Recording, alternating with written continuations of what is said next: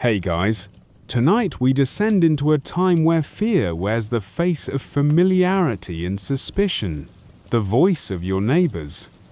You're standing in a village so small it barely deserves a name, nestled among the mists and thatched roofs of a medieval countryside. It's a place of routine, of dull repetition, where time passes in seasons and survival is the only luxury. The smell of smoke clings to your tunic. There's always something burning wood, hay, hope. Chickens scratch at the dirt near your feet. Behind you, the crooked church bell tolls for the third time today. Not for prayer, for trouble. So, before you get comfortable, take a moment to like the video and subscribe, but only if you genuinely enjoy what I do here. And I'd love to know, where are you watching from? What's the time where you are? Now, dim the lights, maybe turn on a fan for that soft background hum, and let's ease into tonight's journey together. You arrive in a hamlet whose air is too quiet. Not peacefully quiet, more like someone just dropped a bowl in the next room and everyone's pretending they didn't hear it. You're a stranger here, but not entirely unfamiliar. Maybe you've come to stay with a cousin or inherit a bit of land. Maybe you're a traveling scribe who decided to rest a few days. It doesn't matter. What matters is that the villagers look at you a second too long and stop talking a moment too late. You unpack your things in a low cottage where the roof dips like a shrug. The walls are made of wattle and daub, and the hearth smokes even when it's not lit. Outside, a few children stare at you as if they know something you don't. And maybe they do, because this village carries attention the way old trees carry sap slowly, invisibly, but always there. Mainstream fact. Witch trials didn't begin with roaring mobs and fiery stakes. They began quietly, almost politely. In the 15th and 16th centuries, especially in rural Europe, accusations often came from whispers: a missing cow, a spoiled milk jar, a bad dream. And suddenly, someone, a woman, an old man, even a child wasn't quite right anymore, just odd enough, just unlucky enough. You spend your first evening by the fire, watching the shadows crawl across the beams. A knock at the door startles you. It's the village priest, Father Osric, all brows and breath. He offers you bread and asks if you've noticed anything strange. Strange? Like what, you ask? He smiles too wide. Oh, just ill winds, restless livestock, dogs howling too long, that sort of thing. You sleep poorly that night. The wind does howl, but it's not the noise that bothers you, it's the pause after. Like the world is holding its breath. The next morning, something's wrong. The baker's wife refuses to sell to you. The stable boy won't meet your eyes. The children are gone. And when you go to the well, there's a clump of feathers tied with twine on the handle. Quirky tidbit. In some parts of medieval Europe, it was believed that witches could curse a well by leaving a bundle of feathers, bones, or hair near the water. The logic? Water remembers. And if it remembers evil, everyone who drinks it is at risk. You try to brush it off, but that night, someone throws a rock at your window. It doesn't break the glass, just the piece. You peer out. No one. But the rock is warm. And when you pick it up, you see that it's smeared with something red. Not blood. Paint, maybe. Or something worse. Historians still argue whether early witch trials were more about fear or control. Some claim they were rooted in genuine belief that people truly feared the devil was among them. Others argue that it was a social tool, a way to eliminate the strange, the poor, the inconvenient. But in this village, it doesn't matter which is true. What matters is that the tide is turning, and you are standing in the shallows.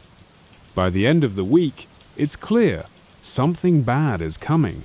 You see it in the way people lock their doors faster when they see you, in how the priest's sermons get louder, more urgent, full of fire and verses about serpents and betrayal, in how no one, not even the goats, seem to want to linger near you.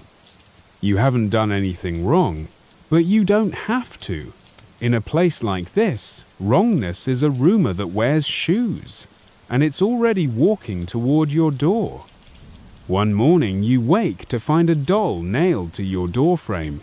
Not a child's toy, a poppet. Straw limbs, button eyes, a scrap of your own torn cloth as its cloak. You don't touch it. You don't breathe, because to touch it would mean you accept the game, and you're not ready to play.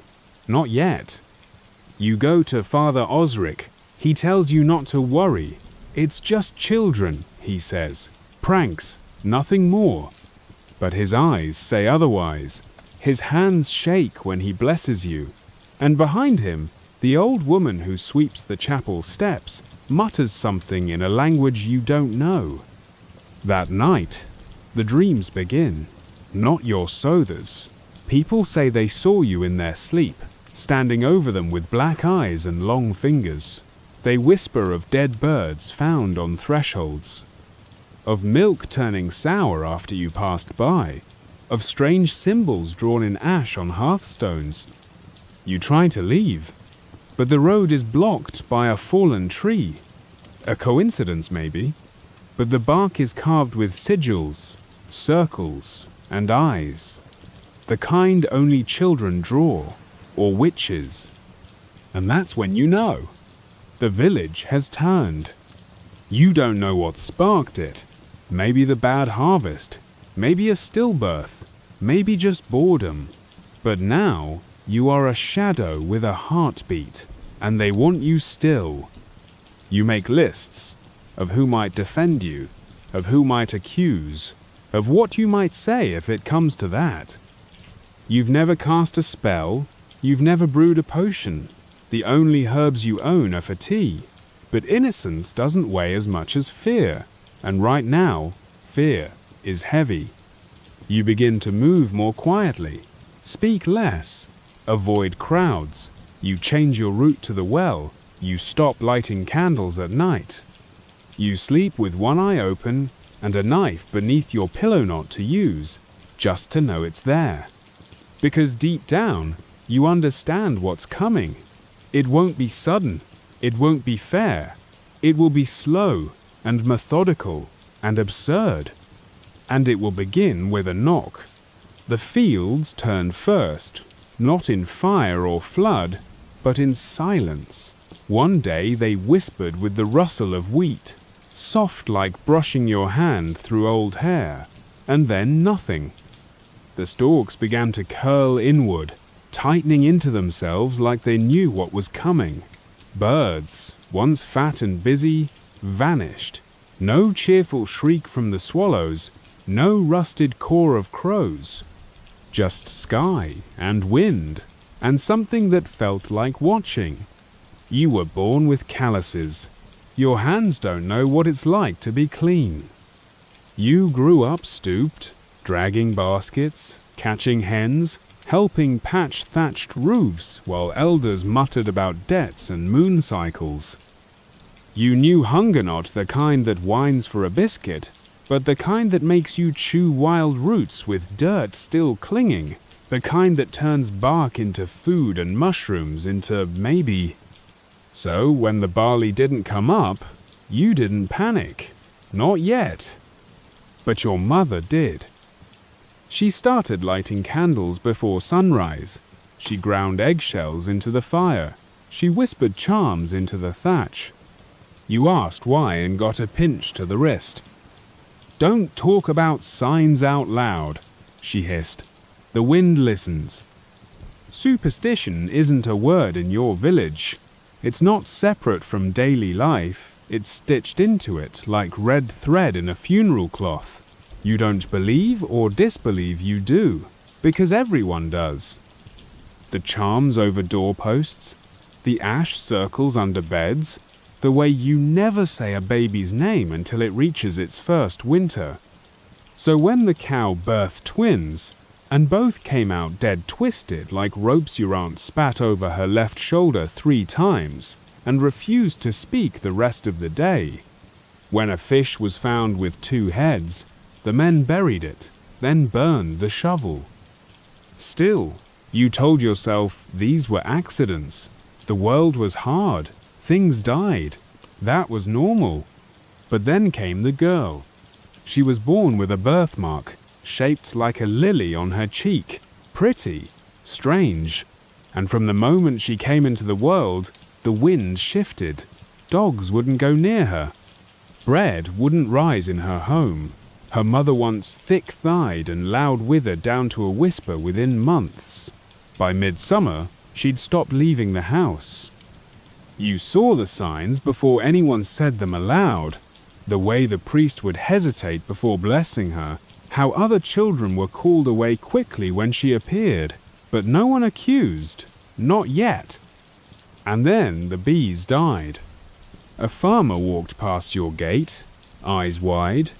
All of them, he said, holding a collapsed hive in his arms, black as soot, like they'd been burned inside. The harvest festival was cancelled. Bread shrank to crusts. Dried fish became currency. And tongues, once held in silence, began to loosen. She looks people in the eye. Too direct. Didn't she bleed for 12 days once, and live? I heard her mother was a midwife. You know what they know. The fire doesn't start with flame, it starts with dry wood. In the evenings, you sit near your family's hearth, watching the embers glow. Your father sharpens tools. Your mother hums the old song-songs with words no longer understood. Your siblings argue over dried apples. Outside, the village shrinks inward like a hedgehog curling against frost. And then someone sees her talking to a fox. That's all it takes. A boy says he saw her kneeling near the edge of the forest, a fox sitting still before her like a dog. She whispered something, he says. The fox bowed its head, then ran off. The tale is told once, then again, and then not at all because it's assumed, now, to be true. The priest doesn't condemn her, not exactly. He prays, long prayers, heavy ones, about corruption and vigilance, about the enemy walking in familiar skin. You know he's talking about her because people stop moving when he does. Everyone turns just slightly toward where she sits. She doesn't come to church the next Sunday. Her house is painted with white chalk, a cross on the door, 3 stones stacked outside the threshold. No one says what it means, but the baker refuses to sell her bread. The washerwoman won't touch her linens. Your mother tells you to stop asking about the girl. You want to be next? She snaps. And that's the moment, the precise one, when you realize how little it takes to become a danger. You don't have to cast spells. You don't have to curse crops. You just have to be noticed when the world starts cracking. That night, you lie awake, listening to the thatch shift above you. An owl cries in the distance, and for a moment, your heart seizes. Because what if it's not her? What if the girl is just unlucky? What if it's the weather, or the soil, or the king's new taxes, or the fleas that seem to bite harder this year? But those thoughts are heavy, heavier than your hunger, and easier to silence than to solve. So when someone mentions the old woman at the edge of the village, the one with the bent back and too many cats, no one defends her. Not even you. She's not accused, not yet, but people begin to remember things. She never cried at her husband's funeral. I saw her picking herbs during church. She said my baby would come early, and she did. A baby dies, 3 days old. No fever, no mark, just gone. The mother wails until her voice cracks, and her brother curses the old woman's name out loud. The priest doesn't silence him. The next morning, the old woman's house is burned. You didn't help, but you didn't stop it either. You stood behind your neighbor's fence, watching the smoke, wondering whether she screamed, whether she cursed you all as she burned, wondering mostly whether it would help. The harvest fails anyway. By now, everyone is hungry. Bread is rare. Turnips grow bitter. Children cry in the night. The well dries up for 2 days in a row, and someone mutters, "It's her fault," without saying who her is. You start carrying your own water. You walk with your eyes down. You say blessings before entering barns. You look at your own skin in the mirror if you have a mirror and wonder if you look strange, if anyone's watching you the way they watched her. Historians still argue whether mass witch panics were driven more by religion, politics, or hunger, but in your bones, you already know. You've felt the knot inside your belly when food disappears. You've tasted the iron edge of fear when animals act wrong, when neighbors go quiet, when prayers feel like whispers into a locked room. The world doesn't need witches, but when it starts to fall apart, it wants them, because it's easier to point than to fix, easier to punish than to wait, and much, much easier to burn someone than to ask why your God isn't answering anymore. You stay quiet, you blend in, you make yourself small, you nod at the priest, you never speak out of turn, you repeat the stories like everyone else. Because you know the difference between guilt and accusation doesn't matter here. And you're starting to worry that you might be next. The knock doesn't come at night. That would be too easy, too expected. Instead, it comes at dawn, when the sky is still pale and the frost hasn't melted from the grass. You're tending the hearth, coaxing a reluctant flame from yesterday's coals, when you hear it 3 sharp raps. Not rushed, not panicked, official, intentional. You freeze. Your fingers hold still above the kindling. The room hasn't fully woken, yet your mother is still inside her blanket, and your brother hasn't even stirred. You hope, maybe, that it's for someone else. Maybe they knocked on the wrong door. Then the second knock comes. You move slowly, like you're underwater, toward the door. You don't know why. Maybe it's instinct. Maybe it's hope. Or maybe it's just fear that grows legs and pulls you forward. You lift the latch. Outside, the mist still clings to the grass, and in it stand 2 figures. One is the Reveille's eyes shadowed under a brim, mouth hidden by a thick grey beard. You've known him all your life.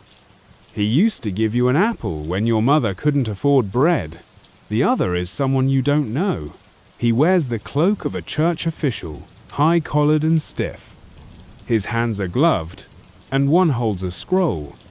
"Are you," he says, voice flat and practiced, "the one who spoke to the girl by the forest?" Your mouth opens, but no sound comes out. The Reeve tilts his head. "You were seen," he says. "A conversation, 3 days past, by the old pine stump." You nod, slowly, because it's true. You passed her on your way back from the river. You said hello. She asked if you had seen her cat. That was all. You hadn't thought anything of it. The priester, maybe he's a magistrate, unrolls the scroll and holds it at eye level. "Her name has been brought before the Inquisition," he says, "as has yours. You will come." Not would you. Will you? You want to ask why. You want to say it was nothing. You want to explain. But the Reeve is already stepping aside. There's a cart behind them. 2 others sit inside. One is a girl you don't know, crying. The other is silent, older, face unreadable. You turn back into the house. Your mother stands there now. She says nothing. Her lips are pressed into a white line. She hands you your cloak, doesn't hug you, doesn't cry, because she knows better. You climb into the cart. The wheels creak like bones as you pull away from your home. The road is rough. Your teeth rattle with every stone and rut. No one speaks. Even the girl has stopped crying. Her shoulders just shake now. The cart driver spits into the weeds. Should have stayed quiet, he mutters. You don't know if he's talking to you or himself. As the village vanishes behind you, you remember small things. The crack in the hearthstone, the smell of drying onions, the song your sister used to hum when she couldn't sleep. You won't see any of them again, not for a long time, maybe not ever. The cart passes under a dead tree, all its bark stripped away. Someone has carved a cross into it, over and over, like a warning. You shiver. The town grows closer, though you only see it slowly, the church spire first, then rooftops, then the walls. It's not large, just a square, some houses, a few shops. But it might as well be a fortress. Because what waits here is not justice, it's judgment. You're taken not to a prison, but to a chamber inside the church. A cold, bare room with benches and a single wooden cross on the far wall. They leave you there, the others too. There's no explanation, no comfort. Hours pass. You watch the light shift across the floorboards, like a sundial counting down your life. At last, the door creaks open. A man enters, younger than you expected, pale, crisp robes. He doesn't introduce himself, just stands and looks at you. You've been named, he says. You ask named by who? He frowns. That is not for you to know. Then he reads the charge. Association with a girl known to practice unnatural rites, possible witness to forbidden signs, potential bearer of spiritual corruption. The words feel like smoke in your ears. None of them mean anything, and yet they mean everything. You tell them again, she asked about her cat. He nods, almost kindly. Witches take many forms. Even innocence can be a mask. You ask if you're under arrest. He doesn't answer. Instead, he tells you what will happen next. There will be inquiries, observations, prayer. You will remain under the eye of the church. He turns, as if that's all. You ask quietly if you can go home. He closes the door behind him. For 3 days you're kept there, not tortured, not questioned, just watched. At meals, a nun brings bread and water. She won't speak to you, just leaves it and goes. When you try to ask a question, she lowers her eyes. The other two are gone now, the girl with tears and the silent one. Taken somewhere else, you think, or maybe not taken at all. You don't know. That's the worst part, the not knowing. You lie awake at night, the cold creeping up your legs. Every creak sounds like footsteps. Every breath feels like the last one before something terrible. You start to wonder, what if they're right? You didn't see her cast a spell, but what if she did? What if she whispered something to that fox? What if her glance did sour milk? What if all of this is more than fear? Historians still argue whether medieval witchcraft trials were tools of repression or true spiritual panic. But when you're sitting on a stone floor, stomach growling, your whole world narrowed to the crack in the door, you don't care what the scholars say. You care about surviving the next hour. You hear a scream on the third night. Short, sharp, then silence. Your mouth dries. The next day, a priest visits. Not the first one. This one is older. He wears an expression like worn leather, softened but unreadable. He sits beside you, offers no greeting. "You can end this," he says softly. "How?" you ask. "Confess." "To what?" He folds his hands.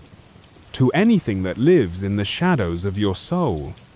It's a beautiful phrase, poetic, meaningless. You want to ask what that means, but you know the answer doesn't matter. They want a shape, a narrative, a sin, something to burn. You stay silent. The priest stands. "It is better," he says, "to cleanse the spirit while the flesh is still whole." He leaves. You curl up on the bench that night, knees to your chest. You wonder if your mother is still lighting candles, if your siblings know where you are, if the dog still waits outside the door. And in the quiet, something inside you hardens, because this isn't about the truth. It never was. It's about them surviving, their peace, their world, their fear. And if you have to be the kindling for their calm, then so be it. But you don't plan to burn easily. Not without a fight. Not without a plan. Not without a voice. Even if it trembles. The cart ride to judgment is not the storm of clattering hooves and angry mobs you imagined as a child. There are no villagers screaming, no pitchforks raised. Just a slow, steady creak of wooden wheels turning over mud and the occasional caw of a raven in the trees. But it's the quiet that makes it worse, not relief but dread. Because silence can be the softest form of cruelty. It gives your mind space to wander. You sit beside another accused. Her wrists are bound, but her back is straight, proud even. Her hair is grey and wiry, her eyes sharp. She nods at you, says nothing, but she doesn't need to. That nod says, "We're in this together, but not the same." You learn later her name is Marjorie, a healer from a neighboring village. They say she kept too many secrets about herbs, that her remedies worked too well, that her children never got sick. You wonder what part of that made her guilty. Probably all of it. The path winds between hedgerows. On your right, a crow sits on a dead tree and watches. Not flies away watches. You try not to make eye contact, just in case someone nearby decides that too means something. The village you pass through has eyes dozens of them peering from behind windows and curtains, shutters and barn slats. No one speaks, no one waves. A child points and is quickly pulled back indoors. The message is clear. You no longer belong to the world you once walked freely in. It's a full day's ride to the Hall of Judgment. The cart stops once for water and stale bread. The guards don't speak to you unless it's to say stand or sit. The reinsman spits in the dirt every time one of you looks at him. Marjorie finally speaks near sunset. Her voice is low and grainy, like dry leaves. "They'll ask you if the devil came to you in a dream," she says. "They'll describe the dream for you. All you'll have to do is nod." You glance at her. "And if I don't?" She shrugs. "Then they'll describe another one." You ask her how long she's been through this. 3 times, she says. Your stomach tightens. "And they didn't?" "Kill me?" Her smile is small.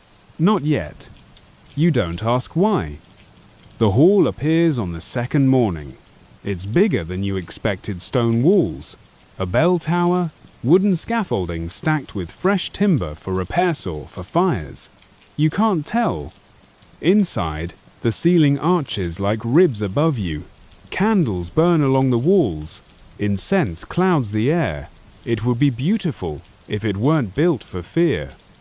The courtroom is not a courtroom, not really.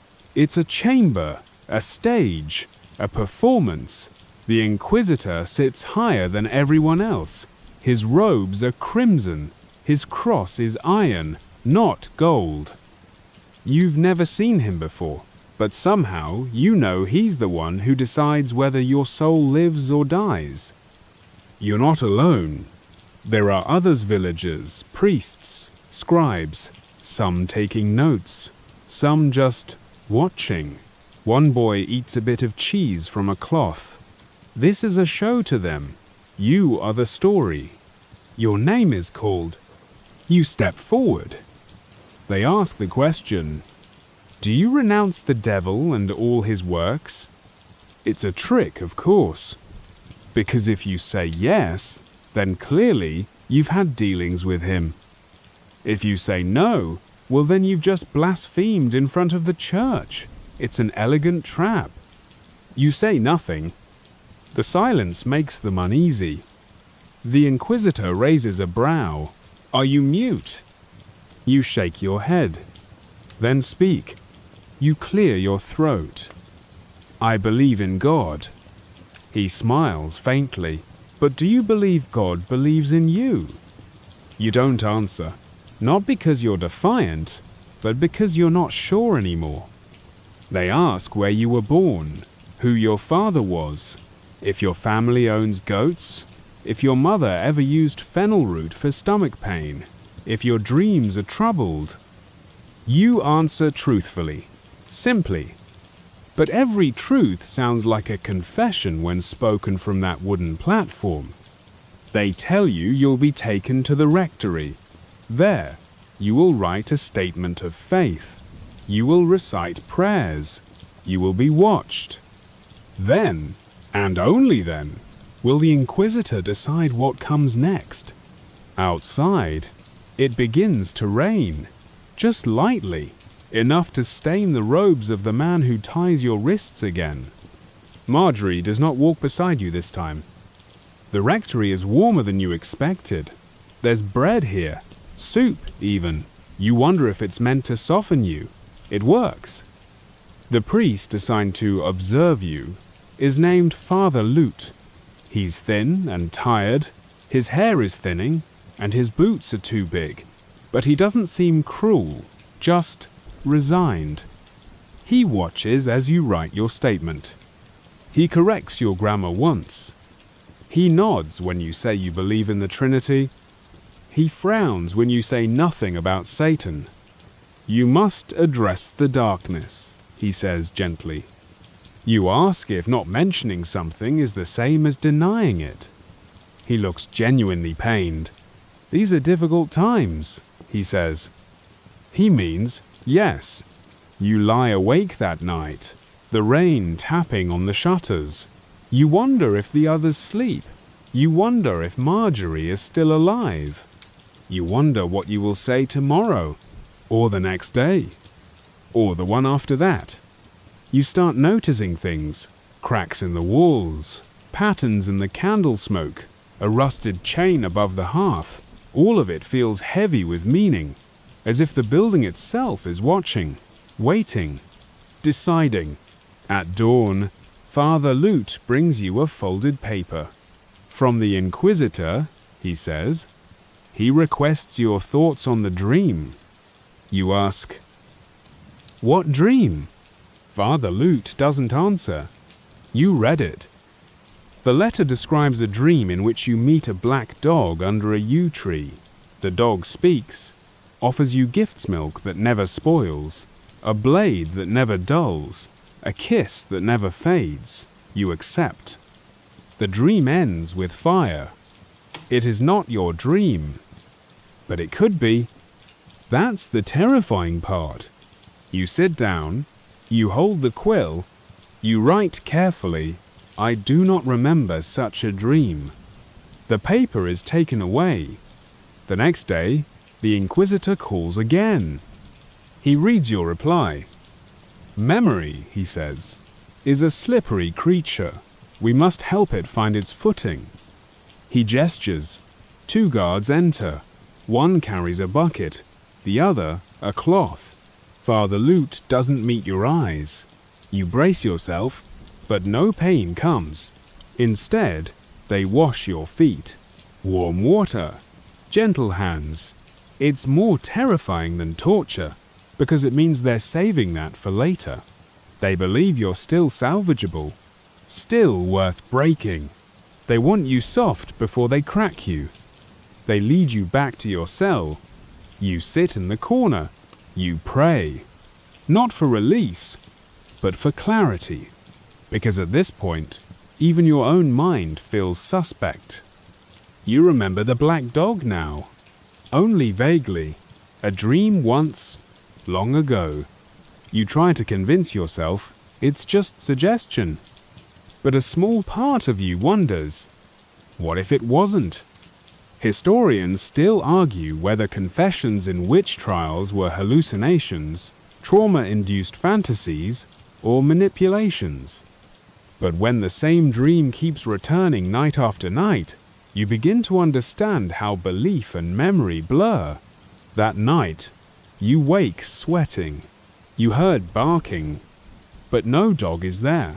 Only your breath, sharp in the cold. You whisper to the ceiling, "I'm still me." And you hope someone wise listening. The hall smells different the next day. Less of incense, more of something metallic and sharp like the inside of a blacksmith's apron. You're not shackled this time. You walk on your own. That, somehow, feels worse. Father Lute meets you at the entrance. His mouth tightens when he sees you. Not angry, not pitiful, just weary.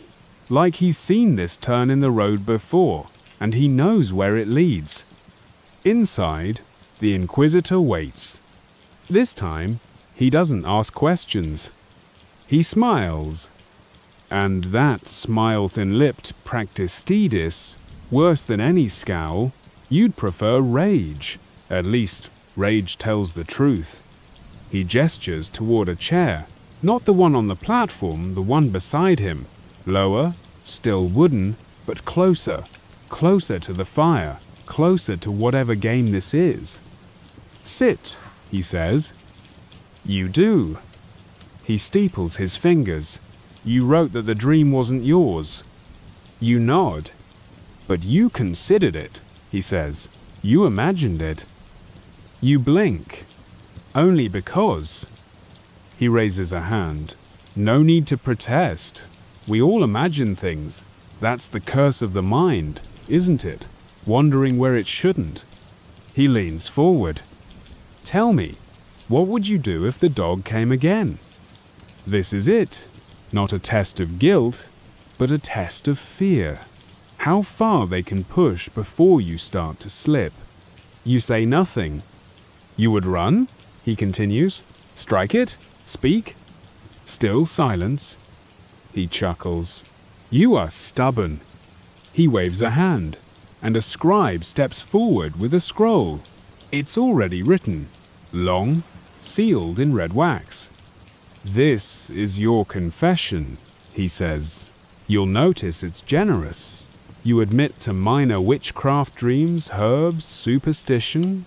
You confess contact with a creature of evil, but not full allegiance. In exchange, your soul is reclaimed. You will spend 5 years in penitence. Then, freedom. You look down at the scroll. The wax glistens. And if I don't sign, you ask? He leans back. Then we begin again. That afternoon, you are taken to the cellars. Not a dungeon exactly, though the distinction is academic. There, in the dim light of a lantern, sits the interrogator. Not the Inquisitor, someone else. Someone broader, quieter, with hands like tree roots and eyes like cloudy glass. He does not smile. He nods once. You're strapped to a chair, gently, almost kindly. He asks your name. You tell him. He asks if you are a witch. You say no. He pours a little water over your fingers, then stops. Your hands are cold, he says. Do you feel cold? You nod. He frowns. That may be the devil, he says. or it may be nerves. He adds more water. The questions begin again. This time, they are the same ones from before but out of order, disjointed. Did you see stars last Tuesday? Have your feet ever bled without cause? Do you speak to crows? You answer calmly. Each answer is marked by another splash of water, another turn of the cloth binding your arms. And still, there is no pain. Not yet. That's the trick. They don't begin with agony. They begin with kindness, repetition, rhythm. Because what they're after isn't your body, it's your mind. Only when the cloths are soaked, your limbs tight, your vision doubled only then do the true questions arrive. Who taught you the charm for toothache? Whose child did you heal that shouldn't have lived? Who did you curse? You answer, no one. And that's when the pressure starts. Not a blow, not a burn. Just water, just cloth. And your body screaming from the inside out. It doesn't last long. Or maybe it lasts hours. Time slips. When you're untied, you can't walk straight. But you're still you. Mostly. You'll return to your cell, and Marjorie is there. She shouldn't be. She's not supposed to be. But she is. She gives you a cloth, soaked in something that smells of mint. You'll bruise, she says. You sit, you sip water, you breathe. Eventually, you ask, did you sign? She smiles, not yet. You ask, will you? She shrugs. They want fear, not truth. That night, you dream again. The black dog returns. But this time, he's not offering gifts. He's just watching. And you wake with the taste of ash in your mouth. The days blend, each one like the last. Confession scrolls offered, rejected. Questions asked, re-asked. Your name whispered in corridors. Eventually, a new tactic. They send a child, a small girl, perhaps 10, carrying a basket of bread. She says she is from the next town, that her mother was healed by you, that she wants to help. She offers you bread.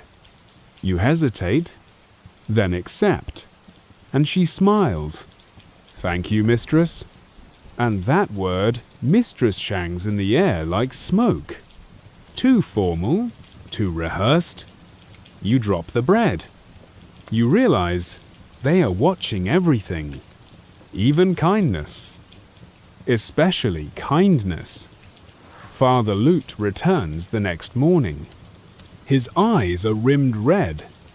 He says nothing, just sits beside you for a while. Then finally, I had a sister. You look at him. She was clever, smarter than me, knew things, too many things. She died when I was 15. He doesn't explain further. You understand. He stands to leave. But before he does, he presses something into your hand. A slip of paper. Later, you open it. 3 words. Hold your shape. You don't sleep that night. You remember your home. The scent of rosemary in the garden. The crackle of frost on the window pane. The way your mother laughed only with her eyes. You remember everything that made you you, because you know that soon they will try to take it, and you must hold it like a rope over a cliff. The Inquisitor visits again. This time, no smile. He looks disappointed. We believed you were redeemable, he says. You ask, am I not? He tilts his head. You are, but your pride is in the way. He stands. The stake is not a punishment, he says. It is a release. You say, from what? He pauses. From the lies you tell yourself. He leaves. You're not taken to the cellar that night. But the guards linger longer. Their silence thicker. Something is coming. You feel it. Marjorie is gone. Her bed is cold. You are alone now. Completely. At dawn, a scribe arrives. Another scroll. Another confession. This one, different. Shorter. No penance. No redemption. Just admission. And flames. You stare at it. You ask, if I sign, do I die? The scribe says nothing.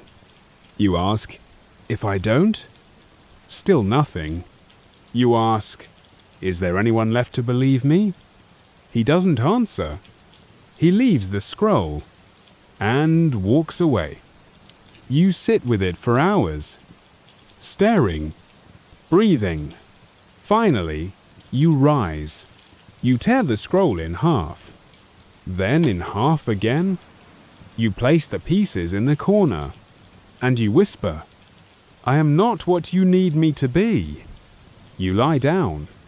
You sleep. And if the dog comes back, you won't speak. You won't run. You'll just watch. Because watching, too, is a kind of defiance. You don't remember falling asleep. Maybe you never did. Maybe what you had was a kind of blackout, eyes open but brain curled somewhere inside itself like a frightened mouse. Either way, when morning comes, it doesn't feel like a beginning. It feels like something long and heavy being dragged across your back. They come for you just after dawn. The sound of boots, 3 sets at least, on packed earth. No one knocks. The door opens like it belongs to someone else. Maybe it does. 2 men enter one with a scroll, the other with a staff. The third stays outside, hands resting near the blade at his belt.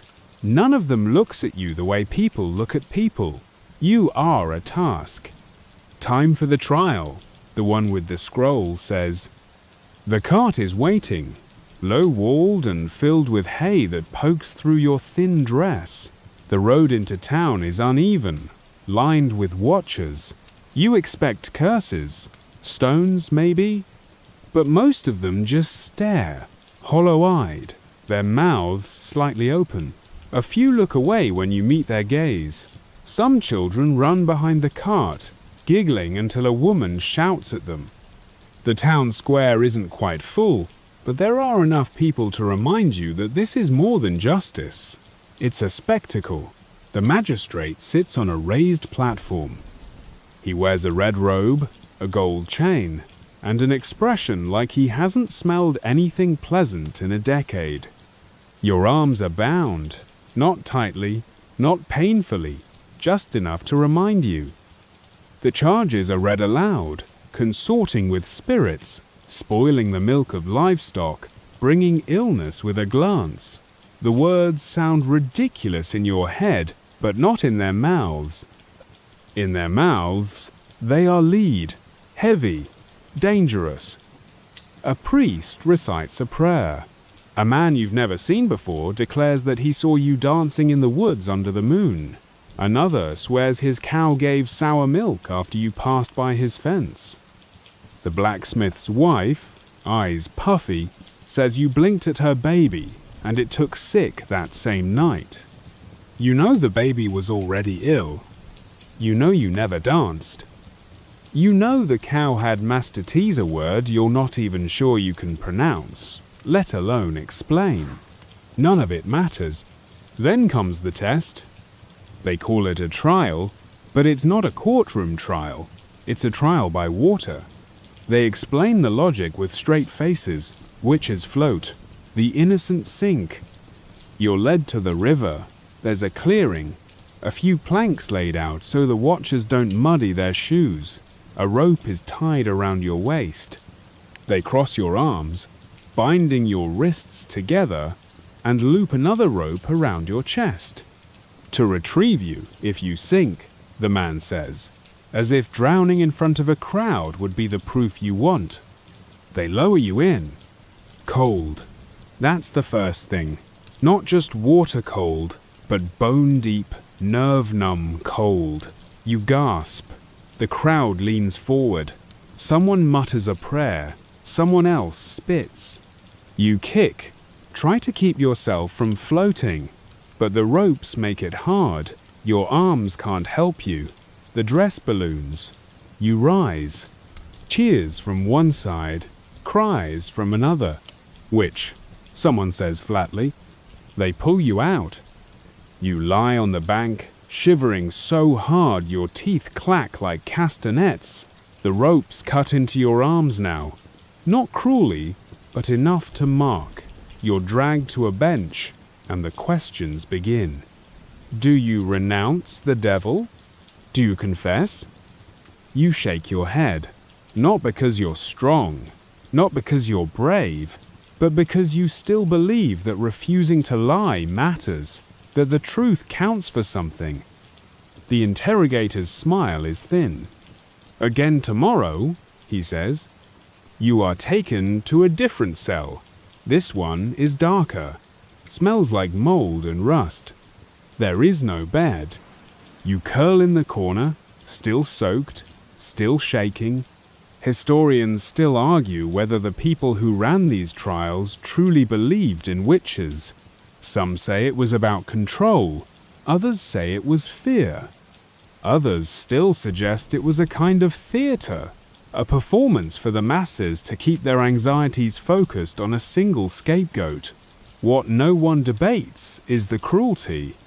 By the second day, your body is not your own. They do not torture you in public, but they ask questions in private that wear you down. They talk about your family, what might happen to them, whether they'll be cast out if you don't confess, whether they'll be spared if you do. Your hands are placed in stocks, not tight, not bruising, just enough to prevent sleep. Your name is called, again and again. Each time, someone accuses you. Each time, you are asked to respond. They want you to slip, to contradict, to say something they can call proof. You say less and less. The priest comes, offers to absolve you. Just speak the truth, he says. But you know he means the version of truth they want. You think about lying, about confessing, just to end it. But then what? You hang? Or burn? Or sit in this cell for months until the crowd finds another scapegoat and you are allowed to rot in obscurity. Quirky tidbit. In some villages, the accused were given poppy seed bread and watched to see if they would choke. The logic was that a guilty soul could not swallow something so pure. In others, they were asked to recite a prayer backward, without a task most people, especially under stress, could never do. You are spared those tests. Instead, they bring a scale. Witches, they say, are lighter than normal folk. You step on. The counterweight is set. The beam tips. No one cheers, but someone nods. She deceives the scale, the magistrate says. There's a strange comfort in the absurdity. As if the world is so far gone, it has become a kind of dream. You expect to wake, but you don't. They let you see the sky again on the fourth day. You were brought to the edge of town, a small hill, a tree. Confess, the man says again. You stare at the knot in the rope, and then you say it. You say the words, not because they are true, not because you believe them, but because you want to live. Because somewhere, beneath the bruises and the hunger and the terror, a tiny voice still wants another morning. The magistrate nods. The crowd murmurs. You are taken back to the cell, not the moldy one, the first one, with the straw. A woman brings you soup. She doesn't speak. You drink. It tastes like salt and smoke. You fall asleep.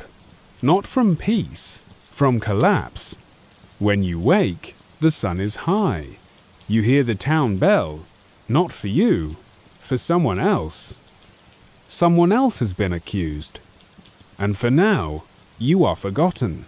You sleep lightly now, if at all.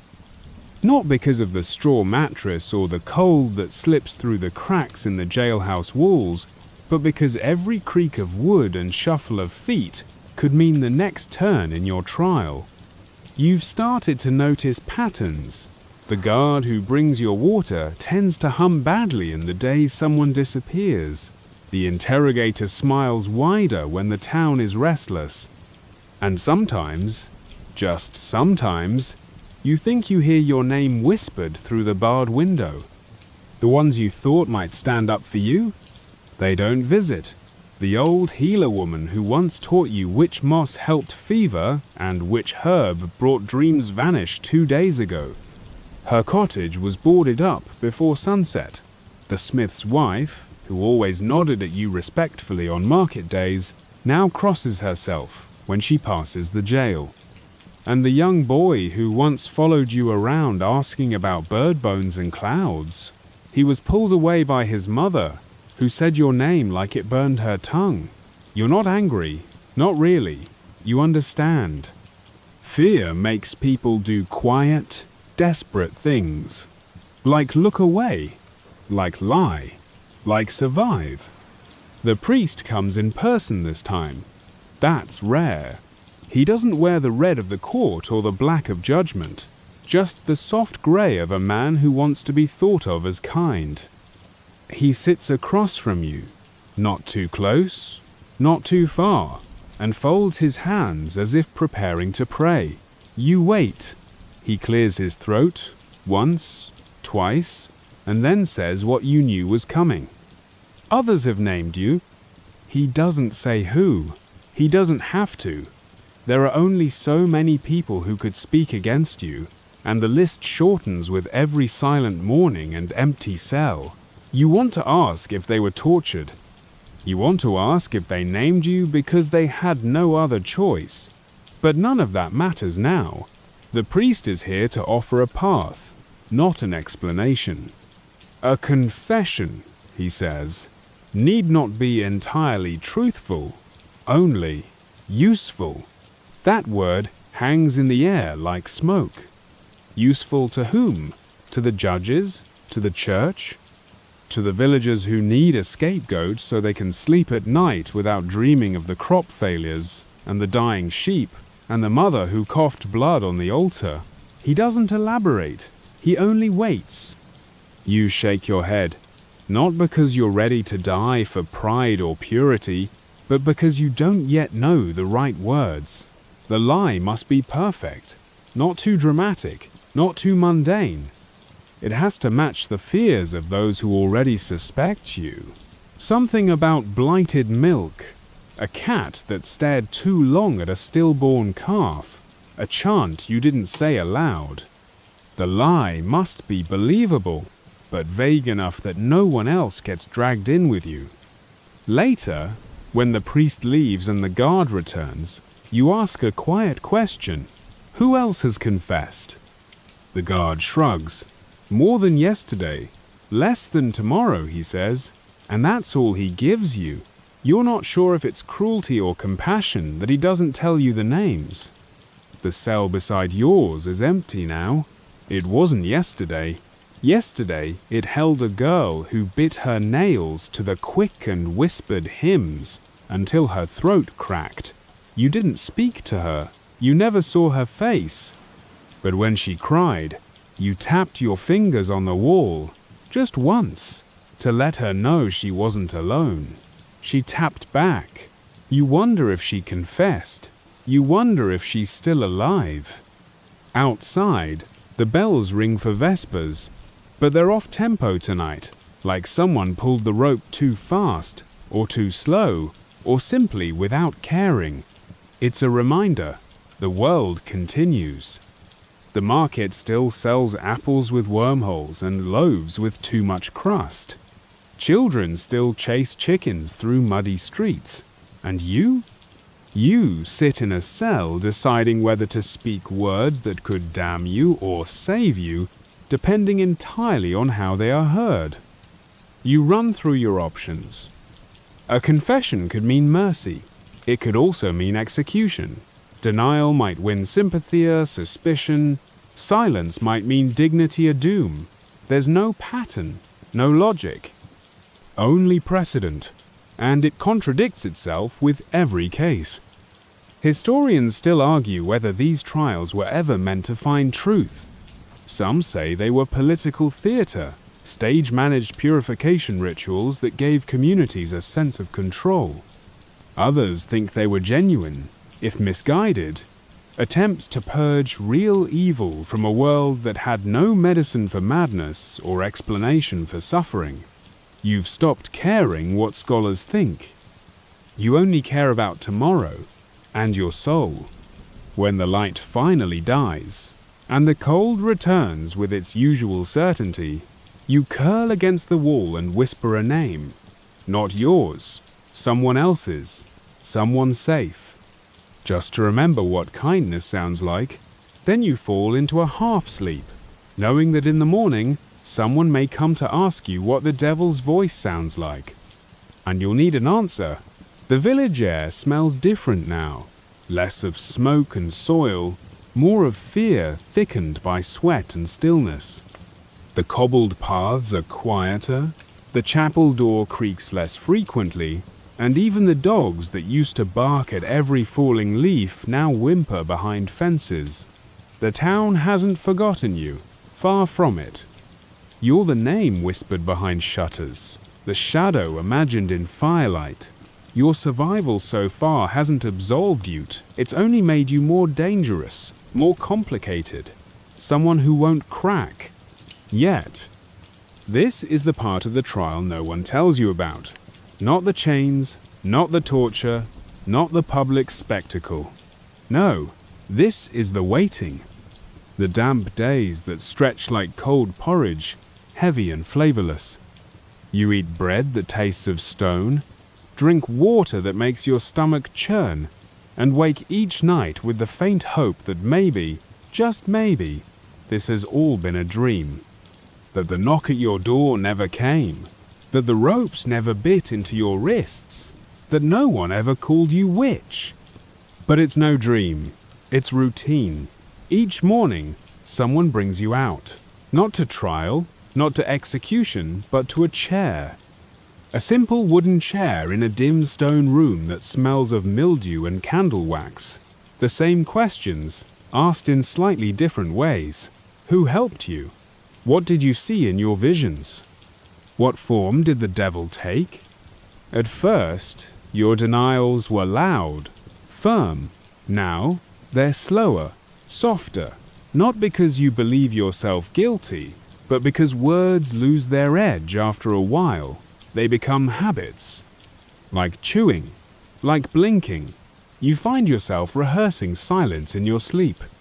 The man who asks the questions is named Father Galt. He has the soft hands of a man who's never swung an axe, and the sharp eyes of someone who's watched many burn. He doesn't yell, he doesn't threaten.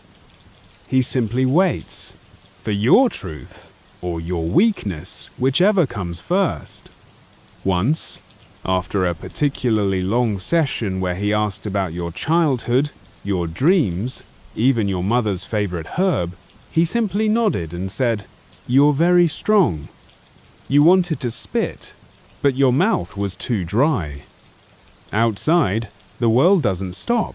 Children still chase chickens, merchants still argue over coins, lovers still sneak glances over baskets of turnips, but none of it includes you. You're a name scratched off the ledger, a ghost rehearsing its final scene. Until one morning, something shifts. They don't bring you to the usual chair, they take you to the tower. The tower isn't as dramatic as it sounds. It's just a narrow staircase, leading to a room that smells less of mold and more of old blood. There's light here. A round window shaped like a flower lets in slices of sun. And in that circle of brightness stands a woman. Her name is Sister Mari. She doesn't wear the black of judgment, nor the white of innocence. Her robes are grey, faded. Her hair is cropped short, her face lined with years. She holds no book. She carries no whip, just a bowl of broth and a cloth. She doesn't ask you anything at first, just sits, hands you the broth, lets you eat. "You're the quiet one," she says eventually. You nod. "They think quiet means stubborn," she continues, "but it could just mean you're listening. And for the first time in weeks, you feel seen. Not as an accused, not as a story, but as a person trying not to fall apart." Sister Mari visits daily after that. Always the same room, always some food, some words. Sometimes she tells you tales about saints who lived on mountaintops eating moss, about a girl who claimed she spoke with angels and died smiling, about the wind that once blew so hard it knocked the chapel bell down and people thought it was God's fury. You ask, one day, why she's telling you all this. She shrugs. Stories pass the time, and sometimes they build bridges, even to the gallows. You stop eating. Am I going to the gallows? She doesn't lie. Most do. But I've done nothing. She reaches out, brushes a strand of hair from your cheek. That matters less than you think. There's no comfort in her words, but there's honesty. And in this place, honesty is rarer than mercy. One evening, Sister Mari tells you about the confession. You'll be offered a chance, she says, to speak, to cleanse your soul. It won't save your life, but it might save your soul. That's the theory. You ask if anyone's ever been spared. One girl, she says, years ago, confessed to dancing with the devil, then said the devil looked like her uncle. Turned out her uncle was an inquisitor. Things got messy. They released her. And what happened to her? Sister Mari sighs. Vanished. Some say she became a nun. Others say she fled to the sea. Some say the devil came back for her. You almost laugh. Almost. The days grow shorter. Or maybe it's just your sense of time fading. Either way, you stop counting them. The window in the tower becomes your calendar. If there's sun, it's not your last day. If there's storm, maybe it is. And then comes the whisper. It's not from Sister Mari, not from Father Galt. It's from a boy, maybe 14. Brings food, usually doesn't speak. But this time, he lingers. Write something, he mutters. For your family. You blink. Why? In case. I can slip it out. He gives you a stub of charcoal, a scrap of cloth. You hesitate. What would you even write? That you miss them, that you didn't do it, that you love them. You end up drawing.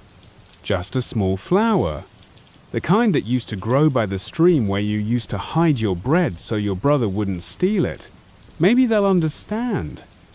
That night, you dream of fire, but it isn't burning you. It's warming your hands. The morning comes with a different rhythm. No guards, no summons, just Sister Mari. She's crying. Today, you ask. She nods. You feel everything and nothing, like your blood has turned to fog. She helps you dress. The robe is clean, simple, linen, the color of ashes. You walk together, past the cells, past the chapel, into the yard where the post stands. Wood, old and scarred, like it remembers every scream. There's a crowd. You don't look at them. You focus on your feet. On the way, the dirt shifts under your steps. Sister Mari walks with you until the last 10 paces, then she stops. "Last chance," she whispers. "Say something, anything. They'll record it. Maybe it'll help, maybe not." You look up at the sky. Blue, empty, honest. You open your mouth, and you speak. Not a confession, not a denial, just a story about a girl who once danced in the fields and laughed so hard she scared the birds. A girl who found beauty in broken things, who whispered wishes to the stars. A girl who believed in mercy, even when none was offered to her. When you finish, the silence is softer than you expect. No jeers, no applause. Just wind. They bind your hands, tight, but not cruel. Someone mutters a prayer. You close your eyes. The fire doesn't come. Not yet. But you're ready. And maybe, just maybe, that's enough. There's a lull now, a breathless moment in the slow spiral of your ordeal. You're still alive, and somehow that feels like both a blessing and a curse. The days are quieter, but not gentler. You're no longer chained to the wall, but your steps are monitored. You're no longer screamed at, but you're never alone. Something is coming. You feel it in the way the guards stop meeting your eyes. You hear it in the silence between church bells.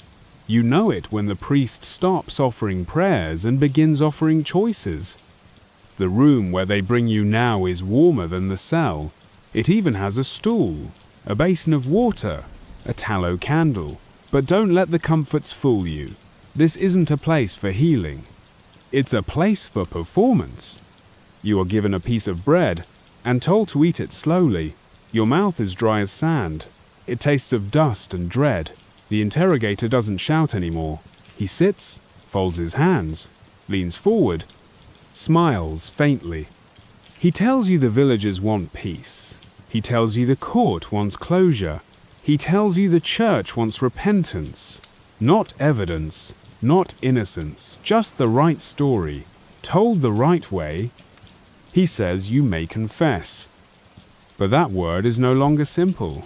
To confess means to say something not only believable, but useful.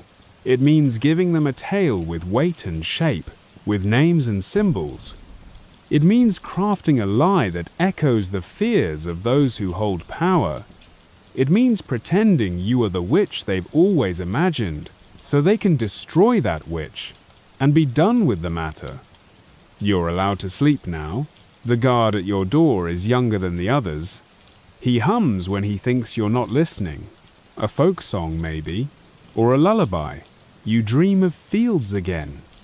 But this time, they're scorched. In the morning, you're given ink and parchment. And here is where your survival truly begins. You stare at the parchment for hours before your fingers even move. You don't know what to say. You don't know what they want to hear. You only know what will end this. So you begin not with truth, but with tone. You write that you were born under a crooked moon, that your mother whispered words in the garden that made the garlic grow too fast, that once, when a goat was sick, she rubbed its hooves with nettle, and it stood the next day. You mention these things because they're vague, small, familiar. Everyone's grandmother had an odd herb or charm. You make yourself common, not unique. But then you shift. You say that you felt things in your bones. You say you dreamed of fire before the barn burned down. You say you heard the baby cry even before it took its first breath. You don't say you caused anything, but you imply it. You let them draw the lines. You give them just enough to feel clever for connecting the dots. You include names, not real ones, not of the innocent. You choose the dead, the already condemned, the beggar who froze last winter, the midwife who vanished. the old man found face down in the river. You say they visited you in dreams, that they taught you words you couldn't remember upon waking. You describe the devil, of course, but gently. You say he came in a dream, wearing your father's boots, that he spoke with your uncle's voice, that he didn't frighten you but saddened you. You write that he asked you to serve him, but you refused. 3 times. You say he left behind a mark, but you've hidden it well. You write that you prayed after each visit, that you tried to be good. You begin to cry as you write, not because the story is real, but because it isn't, and yet it has become yours. When they read it, the priest nods, the judge scribbles something, the interrogator smiles again. This is what they needed. Not truth, closure. They bring in a witness. It's the miller's wife. Her eyes are hollow. She's holding something wrapped in cloth. When she unwraps it, you see it's a dried toad. Its belly is split, its eyes gone. You don't recognize it, but she swears you left it on her doorstep. You nod. You must. They ask if you've ever flown. You say only in dreams. They ask if you've cursed crops. You say you've envied them, but never harmed them. They ask if you kissed the devil's hand. You say no. You say he kissed yours. They don't laugh. They just write. You're led back to your cell, but now the air is different. The other prisoners look at you like a ghost. Some cross themselves. One whispers, "She's one of them now." You don't answer. Because she's right. You've become the witch they needed. And in doing so, you might survive. Historians still argue whether these confessions were strategic or delusional, whether the accused truly believed their own words by the end, or simply became expert storytellers under duress. What's certain is that these stories had patterns shaped by local folklore, religious sermons, and communal fear. The devil in the confessions almost always resembled someone familiar. The rituals often echoed pagan remnants, twisted just enough to seem menacing, and the witches themselves? Almost always lonely, poor, inconvenient. The kind of person a village could lose without too much grief. You lie awake that night, counting your breaths.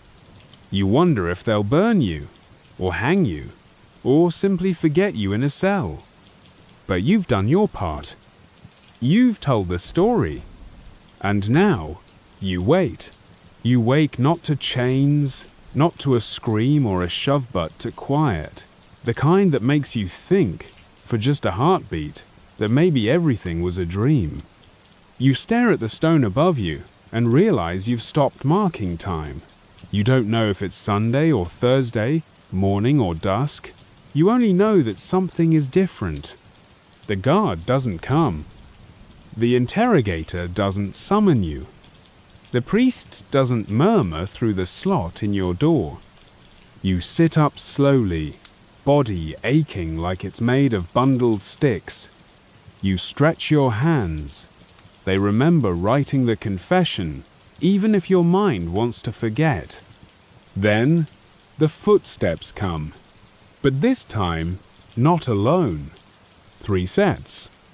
One heavy, one soft, one uncertain. The door creaks open and light slants in like a blade. The judge is there, robes wrinkled, hair slicked back, in a way that tries to look stern and fails. The priest clutches a book to his chest, as if afraid it might bite. The third man young, probably a clerk, carries a folded document.